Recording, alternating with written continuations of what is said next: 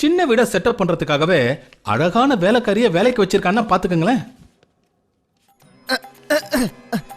வேலை வெட்டி இல்லாமல் வீட்டில் இருந்த கணவன் மனைவியின் தொல்லை தாங்க முடியாமல் கோபம் அடைந்து அவளின் கழுத்தை அறுத்து கொன்றான். மனைவியின் சந்தேக குணத்தாலும் வேலை கிடைக்காத விரக்தியாலும் சங்கர் என்பவன் தனது மனைவியை வெட்டி கொன்றான். என்ன கொடுமையா இது? காலம் ரொம்ப கெட்டு கிடக்க. வேலை கிடைக்காம வீட்டுல இருக்க புருஷனுங்கெல்லாம் பொண்டாட்டியை எப்படி போட்டு தள்ளுறதுனே குறியா இருக்கானுங்க.